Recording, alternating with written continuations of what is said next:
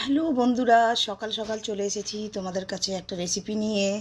প্রথমে কড়া বসিয়ে জিরে ফোড়ন দিয়ে দিলাম তেল দিয়ে। তারপরেই দেখো একটু আলু তুলে দিলাম, দিয়ে আলুটাকে একটু নাড়াচাড়া করার পর আলুর মধ্যে দিয়ে দিলাম কুচো চিংড়ি। কুচো চিংড়িটা আমি এইভাবেই রান্না করি, আমি কোনো দিন ভেজে রান্না করি না। ভাজলে পরে একটু শিটে মতো হয়ে যায়, তাই জন্য ভেজে রান্না করি না। আর এইভাবে রান্না করলে কাঁচা চিংড়ির একটা রসটা সবজির সঙ্গে মিশে আলাদা রকমের টেস্ট হয়। তো যাই হোক, কুচো চিংড়ি দেওয়ার পর একটু হলুদ দিয়ে দিলাম, একটু কড়াইশুঁটি দিয়ে দিলাম, দিয়ে আবার নাড়াচাড়া করলাম।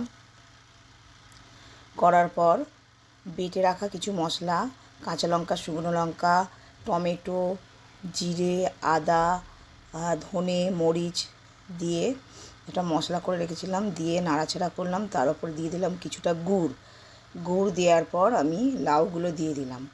আমি লাউগুলো দেওয়ার পর নাড়াচাড়া করে আমি আর আলাদা করে কোনো জল দেবো না লাউতে, লাউয়ের জলেই তরকারিটা পুরোপুরি হবে। এইভাবে আমি রেডি করে নিলাম লাউ চিংড়ি। দেখো কেমন হয়েছে।